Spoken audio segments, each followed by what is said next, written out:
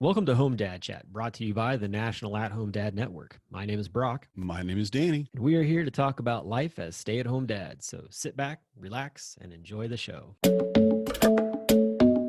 No, I don't want much. I even love handmade crafts made of macaroni. Come on now, you should know me. Times I might eat too much. No worry about my weight, got the dad bod rocking on me. Sketches on my feet, cargo shorts look good on me. I'm a dad, that's what I do. Hey, everybody, welcome back to the show.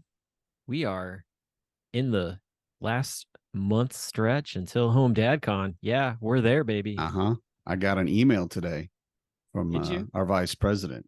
Yeah. Yeah, those have been He's coming like, out. 30 days. 30 days. Yep. As of yesterday, in fact. So we're 21st. Or no, that was today, 22nd. Yeah. Yeah. And the Yeah. nice part is that when this comes out, we'll be in the 20s, actually, at that point. Yeah, that's right. We'll be in the high 20s. Mm-hmm. Yeah, baby. It's just right around the corner, man. I can't yeah. wait. And honestly, like with the weather the way it is right now here, because it's like really hot right now, I'm really looking forward to some Wisconsin lake weather. Yeah. That's nice gonna be cooling nice. breeze. Yeah, buddy, for sure. But we well, my family is getting ready for school to start, and you were just telling me you've got 3 weeks and you got to figure out what to do because of a pool shutdown. Yeah, the That's pool not shut right. down and the pool at the Y isn't open, and it's like open irregularly. It's like, well, is it open today? Was supposed to be, but it's not.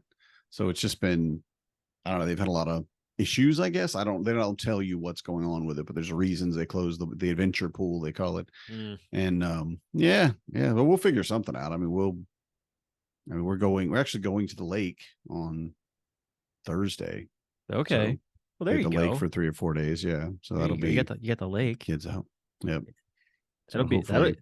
Yeah, as I say, having a lake is a nice, I guess, substitute for a pool. But yeah, it's only for a few days, and then you got to figure out.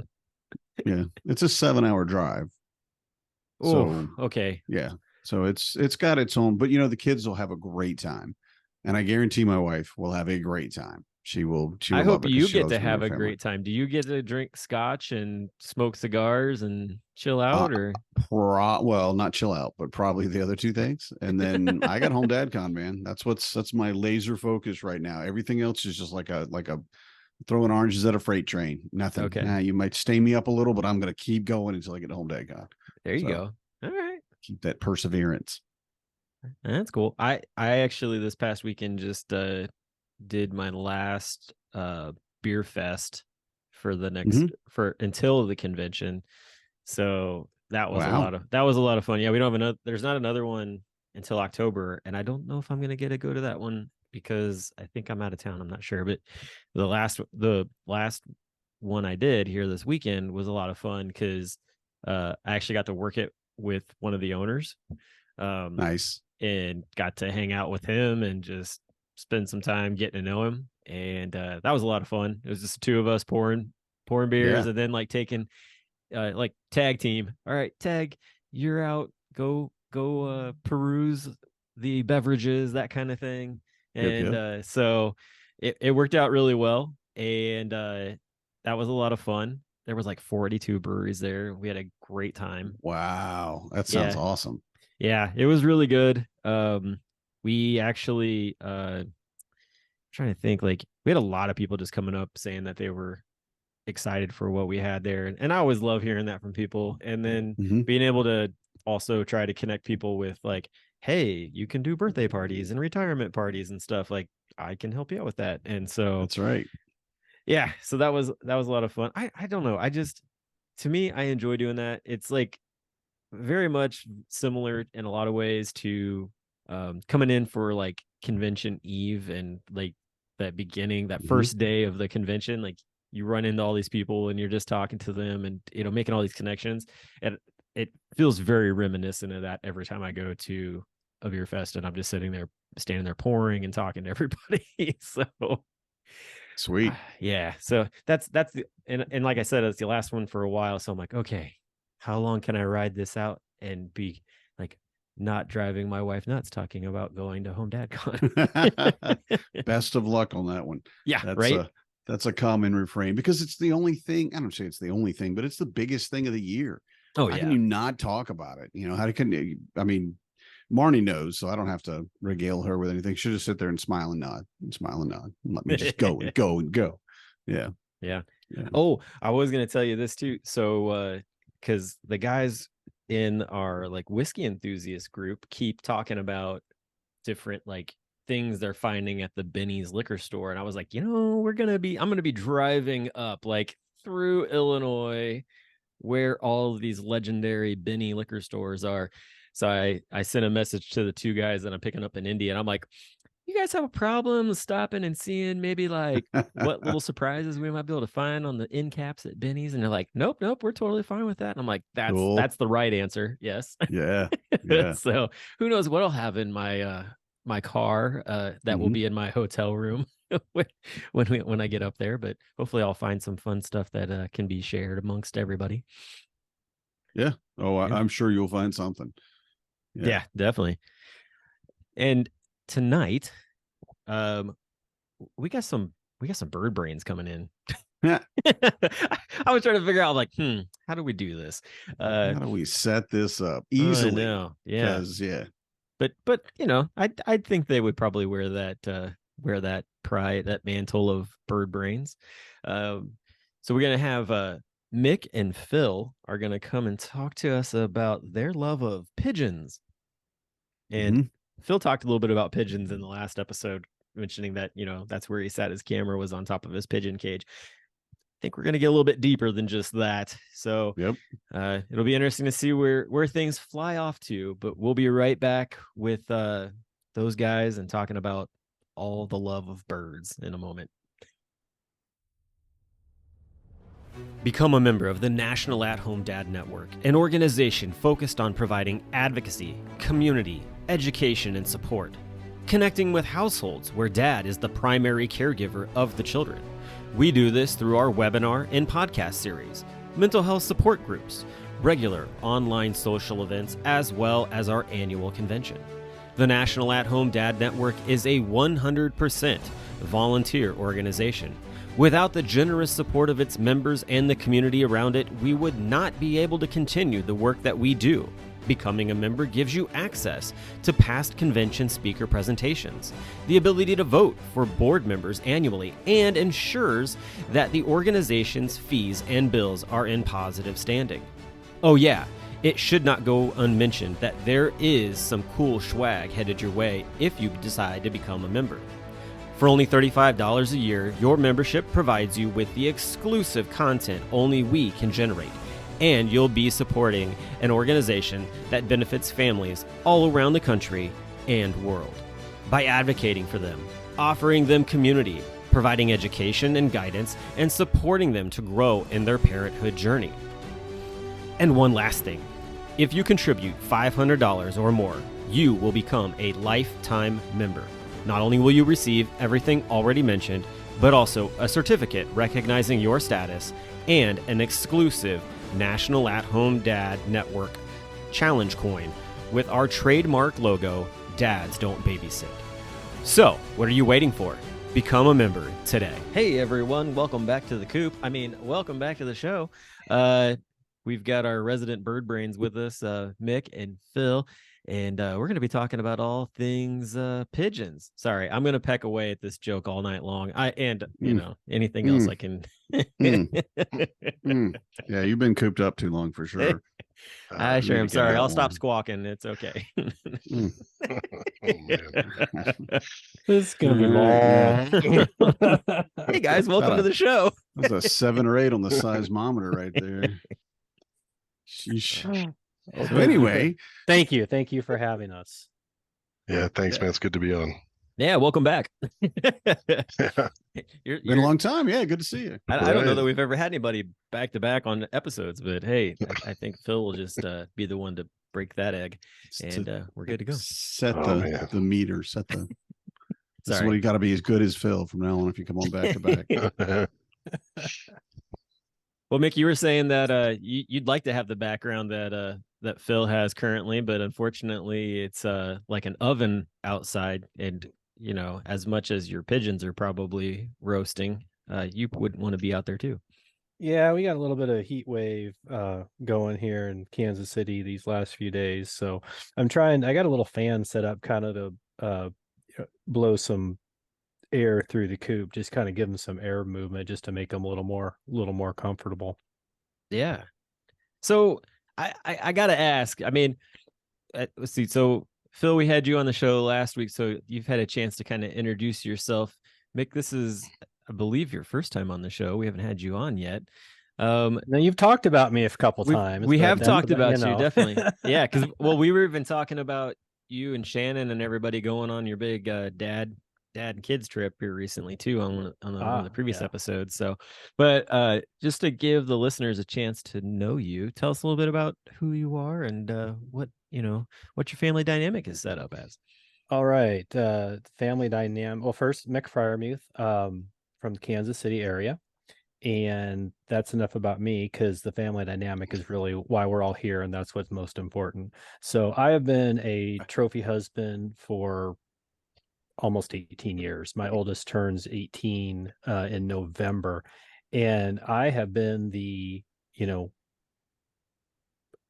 dad from day one. We can throw the stay-at-home dad part out there. I've been the primary caregiver, the chore giver, or everything, whatever, you name it. Eyes wide open, day one, and that's just what works for our family.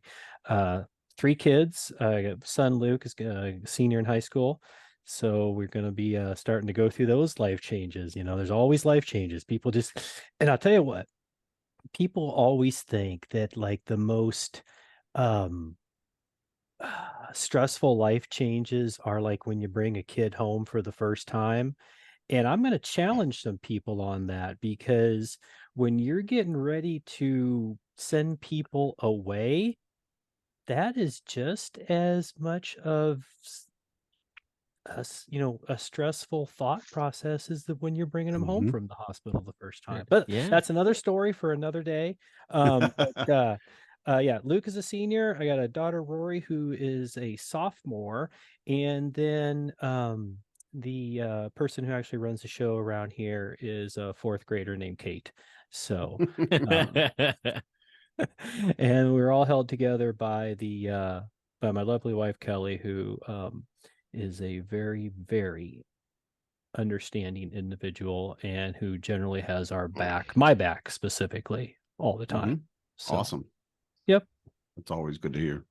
You have a 10-year gap between your second and third child? Is that 6? 6. All right. Yeah. Okay.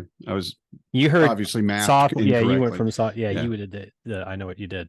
But yeah, and that's been an interesting, again, another conversation for another day. But that bigger gap has provided just a whole different outlook on life around our house, because the 2 older kids, for the first till they went off to school, and even now, they're their own best friends, because they're exactly 2 years apart. They have the same interests and everything. And then all of a sudden, here comes the third, and she's just not into any of the same things the other one. So we got to learn a whole bunch of new stuff.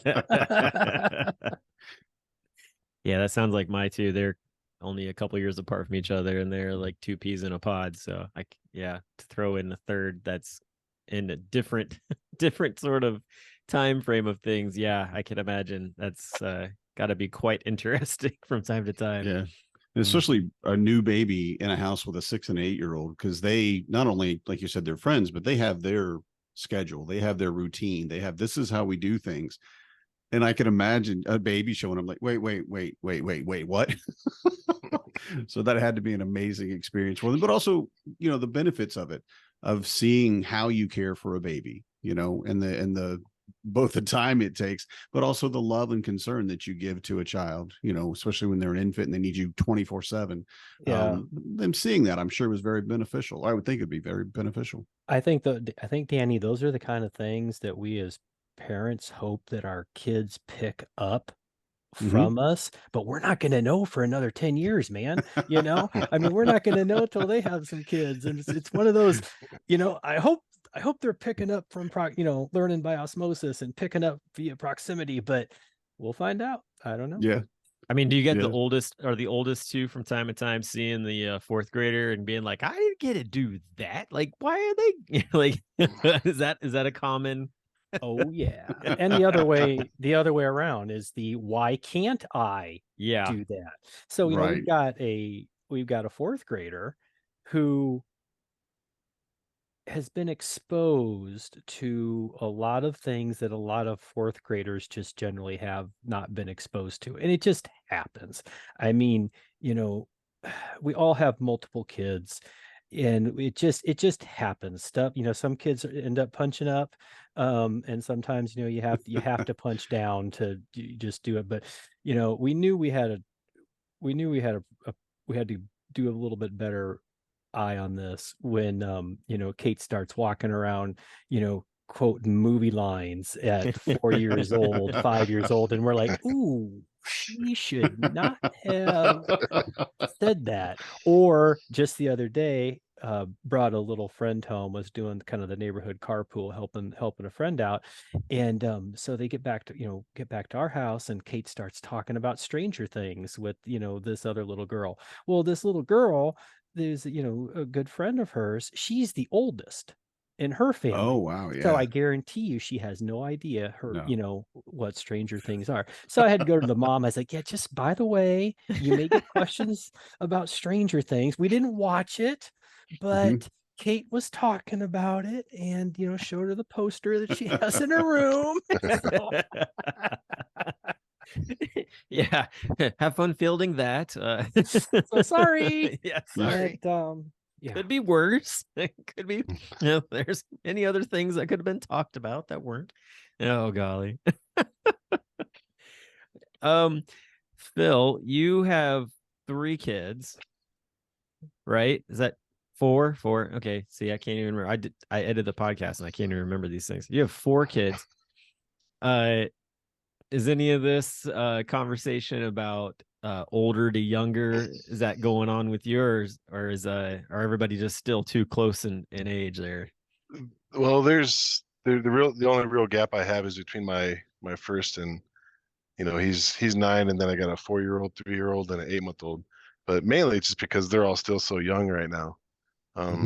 You know, my 4-year-old just started school last week, so I mean, just the exposure to that, she's been coming home with a lot of new stuff, you know. But most of my kids are pretty young right now, so, you know, I'll be looking forward to that in a few more years. Yeah, definitely. All right, I gotta ask. I appreciate you guys talking about your families and everything, but I gotta ask about these pigeons. So here's my thing. My thing is that it's a unique thing to run into somebody who has pigeons. I feel like it's another thing to find 2 stay-at-home dads who are both in that realm. So how did you guys get into pigeonry? Is it called pigeonry? Is that what it is, like falconry type thing? What's the official title on this? Well, the term is pigeon fancier. Pigeon fancier. No, it is not. So that covers all the different aspects of it, of the hobbies of racing, of showing, and all that stuff like that. Mick is a chicken guy too. I feel we need to clarify that. I don't want to make him feel like he has to lump himself in with us weirdos or nothing. He's a straight up normal guy with the chickens, and, you know. Well, I would have rolled with it just to see how far I could go. But. No, because my next question, if Brock hadn't brought it up, I was going to say, okay, so if nobody that knows, Mick runs or co-runs, co-hosts, what do you say, Dad House Pod, and he has for years and years and years, and there is a constant chicken update. Shannon, and one of the other co-hosts, Shannon thinks it's just he loves to hear. He gets so excited when we record. He's like, okay, we got to do the chicken update. We got to do. Yeah. I'm with him. I'm with him because I had chickens and we don't have them here, but our neighbors do. And I'm like, oh yeah, exactly. I know exactly what this, you know, it really, it clicks for me too. So you have at least one fan beyond Shannon. So, all right. But yeah, I thought we need to make, but I was going to ask if you have pigeons too. No, I assumed Okay. Brock knew what he was talking See, about. I did not do know what that. I was talking about. Yeah, my bad. So that was a bad assumption. Sorry. Well, yeah, I assumed I just made an ass out of me. It's okay. That's how that works. So okay, so we have chickens and we have pigeons. Right. All right. Well, that's fine. That's cool. I like chickens. That's one of my things that I've been around chickens quite a bit myself because my uncle had his farm used to have chickens. I used to go out there all the time. But then down the street from me, one of the guys that I've gotten to know, we actually went to church together for a while. They raise chickens, and so when they're out of town, they call me up, and they're like, "Hey, can you keep an eye on the chickens, collect the eggs, that kind of stuff?" And so I go down there and do that, and it's nice because then I get fresh farm eggs. Like it's a nice trade-off. So how many chickens do you have, Mick? Right now, currently we have 6. Okay. Nice. And how many pigeons do you have, Phil? I don't know, between me and my son, I don't know, probably around 30 or so, I guess. Oh wow. Okay. Now Yeah. when you were in Cincinnati, did you get to see the mural with the pigeons on it? No, I mean you told me about that. It was like after the con, you were like, "Oh, I didn't know you liked pigeons," and told me about they had a mural of Oh the yeah, that's right. last carrier pigeon or something like that up there. I mean, that would have been really cool to see. Yeah, I'll should have have probably to walked right by it. I was down in that area for a while. Yeah, I'll have to snap a picture of that and send it to you, man. So because it is a neat mural for sure. So I'm getting 6 chickens. I understand that. That's what we had. That's in my opinion a really good number for a family. 5, 6, whatever. And because you're doing for eggs, probably. I don't know, but if you might be doing meat or you might just have fun. These chickens are fun to have around. But Phil, I don't know what you do with your pigeons, right? So I would say, well, that's a large number. That's definitely a flock of pigeons. What do you do, and why do you have so many? I'm trying to build up my numbers right now, man. 30 is nothing. Really? But so I mean, it depends on what you want to do. So there's utility pigeons that, like, king pigeon is a breed that you can breed just for the meat and for the egg production. And so if you want to take that route with it, you can. I have racing homers. So it's a hobby where you train your birds to release it further and further distances. And so, like, this morning on the way into school, if one of the kids is acting like the best behavior, then at around, I got a young team right now, so I'm about 5 miles out. So when I'm about 5 miles, okay, you know what, Veronica, you were the best behaved so far. You got to go out and you got to be the one to release them, and then Let them go. So yeah, it works out for training and making all the trips to school. My son flies the Birmingham rollers. They're the ones that do somersaults in the air and stuff. So he's flying those ones for his own enjoyment, and and for the whole teaching aspect of it. So yeah, so typically, like with a flight team, most guys would probably fly like 20 birds at a time. My flight team isn't that big at all right now, so I'm trying to get my numbers up there right now. Man, Birmingham Rollers. I like that. I'm gonna have to watch that because that sounds cool. Birmingham Rollers sounds like a minor league baseball team.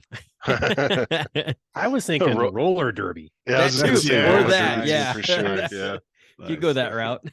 So do you do a flight that's larger because they're more likely to stay together, or they're more likely to? Does it increase their speed or their? Yeah, you get better odds of they'll flock, but you'll also do releases with one bird, wait 15 minutes, release another bird, so that way all the birds do know how to get back home from whatever distance. But when you also get a big flock, it makes it easier for when you get young birds and you're trying to bring them in and train them. And I'm trying to get for white dove releases, so I'm trying to get my white birds up right now. The bad thing is about those is they sparkle like a diamond to a hawk, so they always they'll get picked off on the really big distances and stuff, so you're always breeding more and more of those for that. But yeah, and plus it looks a lot cooler. Flying more birds, a flock of them is really fun to watch. Oh yeah, and larger flocks, obviously, more of an effect. Yeah, especially with those Birmingham rollers, because when one will start, then the other ones will all. Then you'll see 20 birds at the same time just spinning and dropping out of the sky at 50 feet. It's wild. That's cool. That's cool. It's pretty wild. I do love hawks, but I do not like the hawks in my yard. I do not like the hawks that came from I mean, I had when I was standing and I was feeding my girls, we just walking around the yard, knocking rocks over and stuff so they could eat the bugs. We had a big spider problem when we moved in, and a hawk came in.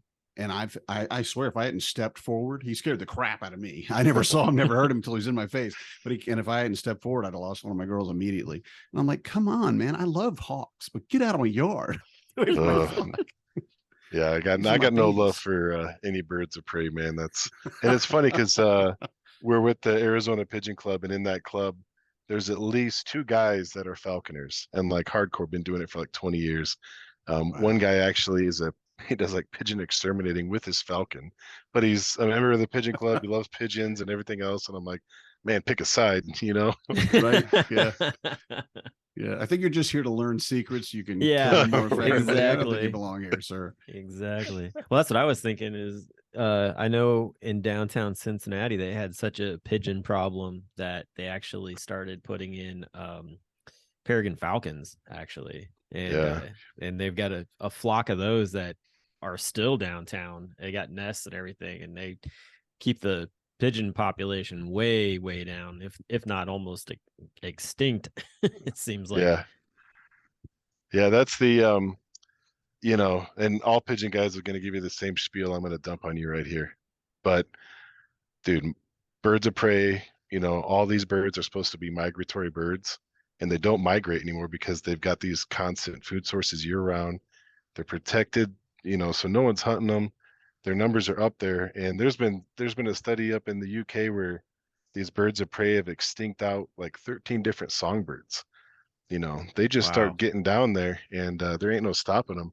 There were some people in Sweden that the pigeon population was getting really big because they had those big open parks and people were selling pigeon food, and so they ended up doing like a controlled thing with where you could feed the pigeons, what time of the day. So it just wasn't like an overpopulation thing. But I mean, I know in California that's a big thing too. They do a lot of the peregrines for control, and yeah. Yeah. Mick, do you have what is it that you deal with having chickens? Is it ground animals, or are you also dealing with hawks as well? Both. We got an acreage here in Kansas City, and I do have owls. We have a lot of owls. So my chicken run is completely covered. But Kansas City has a lot of you wouldn't think that major metropolitan area would have a lot of coyotes, but we do. Oh no, major metropolitan areas, it is very well known. They have huge coyote populations. Yeah. So just the typical coyote, fox, but we have a lot of hawks, have a lot of a lot of owls. To just, I can hear them at night, and so oftentimes we'll see them, but I think there's enough mice, like, apparently, that I don't know. I have not had a problem with avian predators. That's good. So I think around here we've dealt with raccoons is a big one that goes after the chickens, especially down at my friend's place. They actually have a chicken coop door with a timer on it. I've seen them. Yeah. So they're cool. When it gets, I have a teenager. Well, that works too. Yeah, that's it. Yep. Like I said, they go away from time to time, and it's just kind of, they got to the point where they've had people in the past who have failed to get over there to close the coop doors, and so they just went out and bought these automatic closers that it hits a certain time, all the chickens are up there already, they're inside, like they've got their sun goes down, they go in, and like about a half an hour after that, boom, the door shuts, which is really nice. A lot of times I'm usually just checking to make sure that they haven't like scratched a bunch of crap up into the door to where it won't shut when I check for eggs and stuff like that. But yeah, I'm glad that it's not too bad for you. It is interesting, like you have to have the whole run closed, but that makes sense too.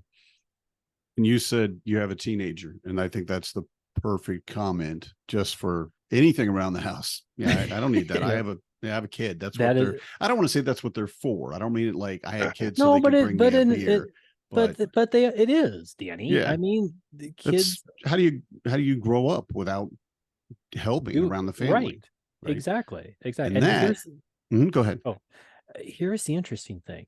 So my oldest teenager, like many teenagers, Luke, can I get you will you do blank? And what is one of the first words out of any teenager's, or the first sentences? Why do I have to do it? I mean, how often have you heard that? Because I know, Danny, you got teenagers too. Yeah. But here's the thing, Luke, when I ask him to do he has never said, I don't want to do anything with the chickens. He's never given me lip service or any type of attitude or anything like that. So it's, even so, like right now, I told you guys how hot it was earlier. So one of the ways you can kind of help keep chickens cool is make sure they have cold water, just constant like cold water. Well, I don't have any big ice blocks, or I didn't think ahead to make it. So what have I been doing? I've been sending the teenager out, every hour to change the water. Not one complaint. 100 degrees out. Wow. Didn't even say, I was like, hey, I need you to rotate the water. And he hasn't, didn't complain about, that at all. He'll complain about everything else, but not the chicken. So at least you get one thing. I got one thing. Yeah. Take the win and run. Oh, I know. Yeah. Exactly. For sure. Oh my so goodness. Leading from that, then I think right into y'all's breakout. So like y'all to just go ahead and introduce it to us. We don't want every single little detail about it, because of course that's why you're going to have the breakout, but it leads right into what you're talking about. So I'd like to go ahead and talk about that, so you want to tell us it's animal husbandry, how raising chickens birds. Is it birds? Yeah. Okay. Yeah. I should have looked it up. Backyard birds can help you raise your kids. Yeah.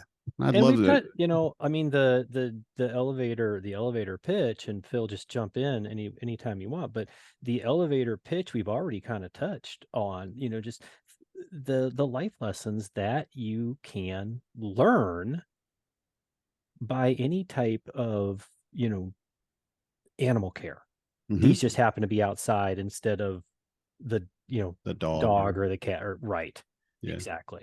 So, that's the basis. I'll have specific examples. Phil's going to have specific examples. And then we'll, what we talked about was going into just kind of a little bit of a specific, how to raise some chickens a little bit, just to kind of give guys an intro. Same thing with the pigeons, kind of just, there's how you can get started type things. And then we are going to, good thing you got us in the middle of the afternoon, because we are going to do a taste test at the end of store-bought versus homegrown eggs.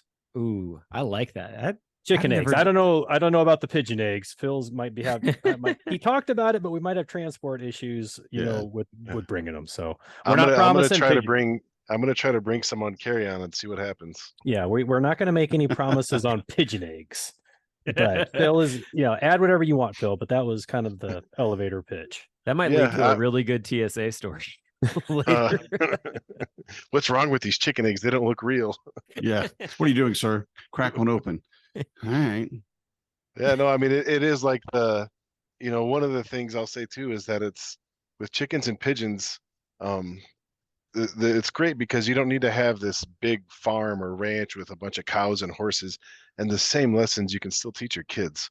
And it's, they're significantly cheaper to feed than, the bigger animals, but all the same lessons that you can grow up learning on a farm, you can grow up with just a small little setup in your backyard, or, anything like that. I mean, it's really great. It's such a variety of lessons too.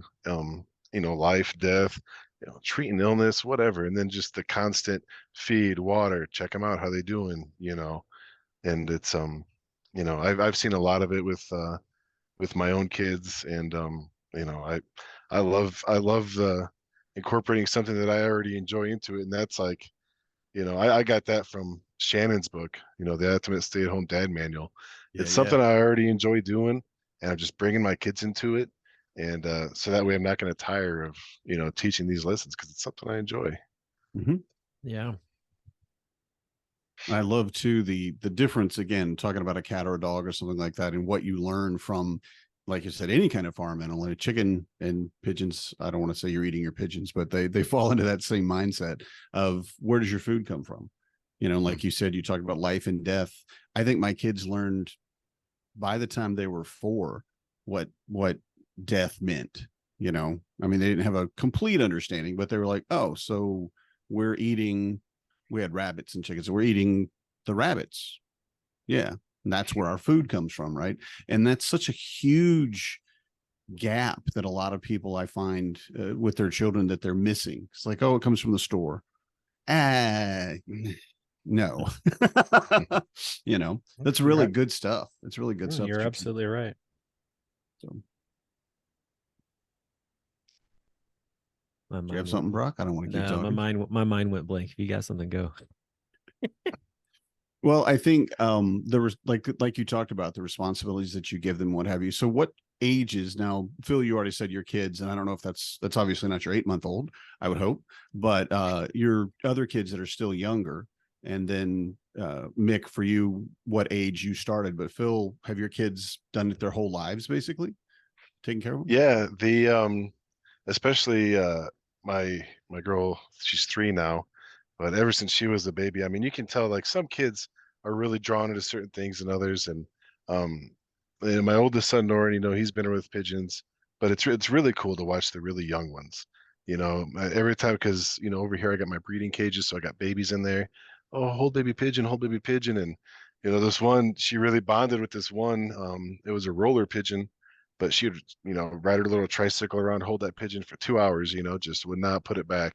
But that pigeon became super tame and, you know, just chill in your arm. And, you know, so even at really young ages, holding him, you teach him not to like just pop him, you know, you got to, you know, hold him gentle. And, Yeah. you know, but it's great because she can, all my kids, you know, because they all love holding babies, you know, and it just hand tames all the birds out for me. So I'm getting a win out of that. They're learning how to handle a little baby creature. And also, hey, you know what? It's been a while. You know, it's probably hungry. Give it back to its mama and papa, and you know, so they'll grab another baby, put that one back, and so even at really young ages, I mean, my son, we got a house pigeon, and he was taking that one up to the 8-month-old, and you know, oh man, that baby grabbed a hold of that thing, and I was like slowly prying the baby grip fingers off, you know, like.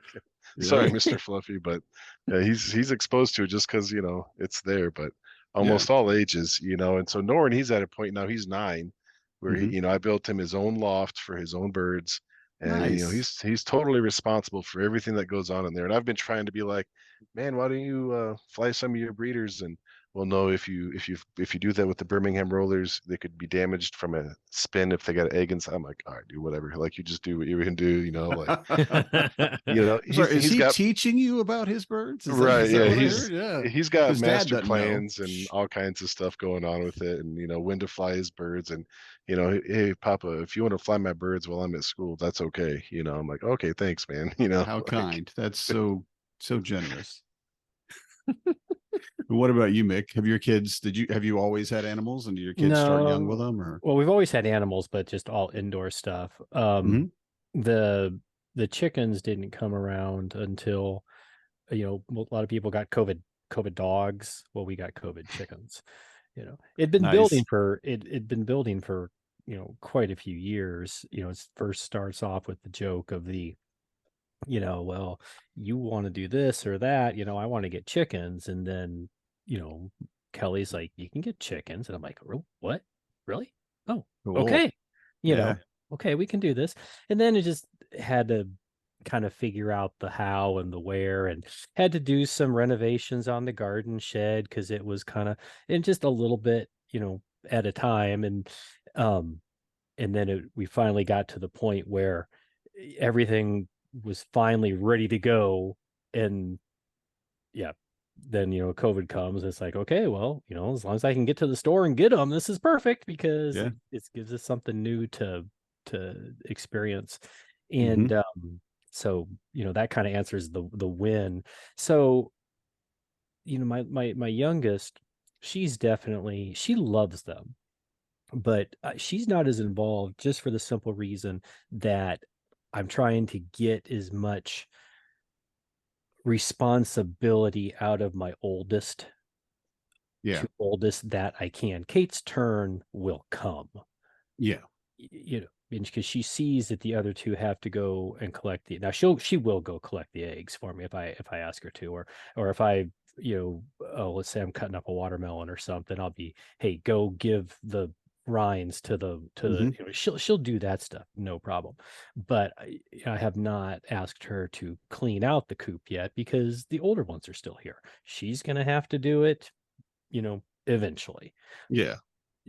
But just to kind of bring this all home and everything, there is a responsibility, a job, a task that anyone at any age, kind of like Phil was saying, that you can find something for any age of your child and make it a sense of responsibility. Mm-hmm. Yeah. You're talking about sending out your youngest to feed the chickens and stuff. Like, that's one of the things in our neighborhood. There's quite a few houses actually that have chickens. A lot of them are actually along property lines where, like, especially if you're like walking down like the alley and stuff, like you can interact with them a little bit. And so the kids are always wanting to stop and try to feed them like leaves and whatever they can get, kind of deal. Mm-hmm. And it's really funny, but they enjoy it. I've been trying to talk my wife into allowing me to get chickens, but she has not succumb to that. So when you're on those walks, Brock, if you really want to get, have good luck, take some strawberry tops, take some watermelon rind, take something that is just, rather than just your typical stick of blade of grass through there, get something that, chickens just love, and no, I'm not saying, I don't, and don't, but you can't go crazy with it because you don't want to like feed other people's animals because that's no. But if it's like somebody, set it up ahead of time. If it's some neighbors or whatever, and say, hey, can we pop some, strawberry tops in there after you cut them, or give them a little watermelon as we go for a walk, and chances are they'll probably say, absolutely. But I'm not advocating feeding other people's animals. No, we've definitely come we've definitely come into contact. What are you doing? Just giving them some watermelon. What? Yeah, no, we've definitely come into contact with the owners and have, they know the kids and stuff. Yeah. So they've been really good about it. Kids love feeding animals. I mean, they just truly love it. And I because you made me think of it. We had on our tomato plants, we get the big old fat the hornworm. Yeah, hornworms. Yeah. And my kids were scared to death of them because they're 3 inches long and thick as your thumb. And they got a big spike coming out of their head. Right. Yeah. Does they got to kill me? What's going? Yeah. And after that, the first, I think the first one or two, because I go over and just pick them off and throw them to the chickens. And my kid was 4 or 5 and scared to death of bugs. Just moths freaked him out. I mean, it's just one of those things he was at. He's fine now, but, or he's over it now, I guess. And he walks over and goes, Dad, there's a big fat caterpillar on the big tomato plant. I'm like, okay, I'll get it. And he's like, you think I could get it? And I'm thinking, I mean, yes, but that's kind of odd for you to ask this. And he goes, I want to feed the chickens. And it overwhelmed all the fear that he had. It was amazing to me. And he goes over and he's like, and I'm like, yeah, don't squeeze it. Don't just pull it. Don't squeeze. Oh, don't pop it. Yeah. And then he took it over and he like flung it from like 5 feet away, of course. And they didn't even go in. And he walks over because the chickens are trying to peck through the tractor. And he's like, I'm going to do it again, Dad. I'm like, okay, buddy. And he just reached up and like flipped it with his hand in there. And of course the chickens were, rabid for it by that point. Yeah. But it was each other. Yeah. Right. Who gets that? But it was an amazing moment for me. And for him, and like you said, you can't get that on a lot of other things that you do, like feeding your dog. I mean, you can make him do tricks and stuff and it's fun, but you're not getting that same level of life experience, I think, and learning that you would with feeding an animal that, is going to really, eats bugs. How weird. Yeah. I think anything. Go ahead. Well, I was thinking too, like having chickens around, or even pigeons for that matter, and allowing your kids to interact with them, especially in the fact of like, I feel like sometimes kids can grow these like immense amounts of fear towards an animal that really doesn't have any sort of like, yes, like they might be able to like move really fast and like peck you or something along those lines. And yes, that does seem like that's a bit on the scary side or whatever. But, dad's coming in and like showing the kids like, hey, like it's really not that scary. And here's the way to do that, especially like for chickens, for instance. Like I was showing the kids, because they'll go down with me when I go to get eggs and stuff, is, sometimes you have to pick the chickens up to move them around because they won't go into the coop or whatever. And so I was showing them like how to do it. My son was like, I'll just get the like broom, and like I'm like, no, like don't chase them with a freaking broom. I'm like, it sounds great in your phrase head. Chicken chaser is an insult. we oh, look at him, he's a chicken chaser. There he goes. Yeah. But being able to like show them like, hey, this is how you grab them gently, like at the wings and that kind of deal. He was hold him upside down. I wouldn't even do that. I just pick them up from the sides and whatever, totally fine. But it was just like that kind of thing to me, I feel like is sort of just a great little tool. And like, hey, like it's okay, you can walk up to these animals and do these things if they are not a wild animal. Like that's a completely different topic. But a domesticated animal, like, the fear doesn't need to be that high when you're trying to, do the things you need to do to take care of them. So one of my lofts I have is it's just like an 8x8 thing I made out of pallets with some old windows and stuff. But it's like most lofts are, this is a fly loft, this is your breeder loft, and like this thing over here is like just straight up happy place. Like that's what it is for me. And it's a nice loft, and they got their water in there, but they don't have a feeder. So what I do is anytime I go in there, I just put feed in my hand, so I walk in there. And anybody, like I've had my friends come over and I'll be like, hey man, like give some food to their kids, put it in their hand, just walk in there. And all these birds are just like descend upon them, and they become that lady from Home Alone 2 in the park. I was thinking that. that's what happens, and I mean at first it's like, whoa, but they're really friendly birds and stuff. And oh, my kids, when I'm like, hey, you guys want to feed the pigeons, like it's a race, they got to get there first and try to get in there. And they love the having the birds come all around them like that and stuff, and they could pet them and hold them, and it's a really good way to interact with them for sure. Yeah, I guess that's better than being Marv and being covered in bird seed. Right. Sorry, I love Home Alone 2. It's such a good movie. Yeah, I haven't lost any respect for you at all in the last 2 minutes at all. Home Alone 2. They're both good. 1 and 2. After that, don't watch anymore. There's nothing else. They're going to do a new one with Macaulay Culkin. It's going to be him surviving the purge just by staying in his house and letting people try to come in. Yeah. He's getting hardcore in his old age. Oh, golly. So I'm picturing Joe Pesci wearing a mask. Yeah. It goes all sorts of places. You let your brain go to, oh, yeah. Here's a paint can. Oh, it's full of nails this time. Yeah, all right. Oh, boy. Sticking out of it. Okay, all right. That's a whole nother realm I never got into. Okay, wow. Home Alone 17.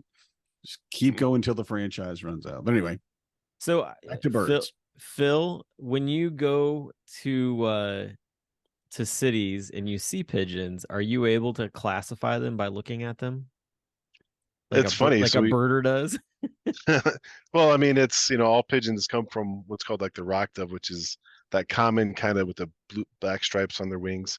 But in like Phoenix and stuff, because there's a lot of pigeon keepers and birds don't necessarily make it from every race, or people lose birds.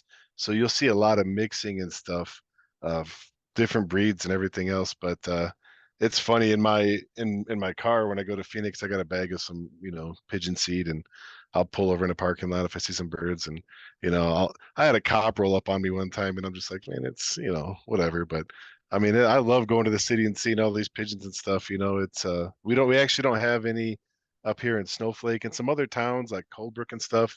There's some pigeons because that place is like a ghost town. There's all kinds of abandoned buildings and stuff. But I don't get to see them other than the pigeons that I'm flying up here. So I totally enjoy seeing them in the city. I mean, it's always a treat. Have you ever brought any from the city back to the exactly my question? I mean, exactly my question. So, I mean, have you been able to capture any? So I got a friend down there who he does pigeon trapping and stuff, and it's funny, right? So he went to a Circle K. He has all these real nice live pigeon traps, and so what he does is he traps a bunch of birds, puts blue zip ties on them, and takes them back home and releases them. So any of the birds that don't fly back to Circle K, whatever, he did his job. But if he traps those same birds again, then he's like, hey man, these could be some good homing pigeons, and so he keeps them. And so he's getting paid for that. Then he sells those birds too.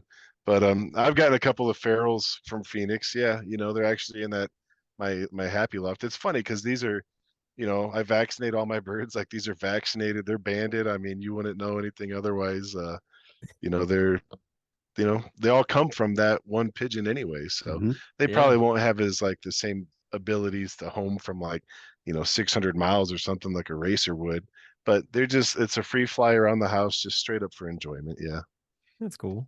What kind of chickens do you have, Mick? Is it like a specific breed? No, I let the kids, again, kind of the life lesson thing here. So I make it fun by letting them pick, but I also give them some parameters. We kind of sit down and we see what's going to be. I don't do the mail order thing. I do the farm store thing because it's just more fun. It's fun. It's fun to go and pick your baby chicks out and whatnot.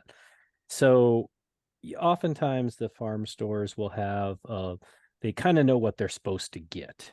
So, we'll kind of go through the list and we'll look up the pros and the cons of each breed. And then we just kind of talk about it from there. So there's a little bit of you have to see what's available, but then, I explain, okay, we're trying to get eggs out of them. So we want something that is going to be, prolific here. And, but yet they're like, oh, that one's going to be so pretty. And we're like, you know what? And that's fine too. We can kind of, mix and match together. So, so have you gone the cycle on yours, like from like laying eggs to not laying eggs to meat chickens?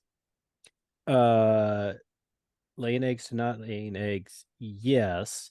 But, once chickens get so old, there's, the phrase, the soup pot chicken, that's why you hear that phrase, because they're not, the meat's just so tough, right? You don't want to eat it and everything like that. So we have never eaten one of our own. That's what I was curious of. Yeah. No. No. All right. It was like grilled chicken from the backyard. Yeah.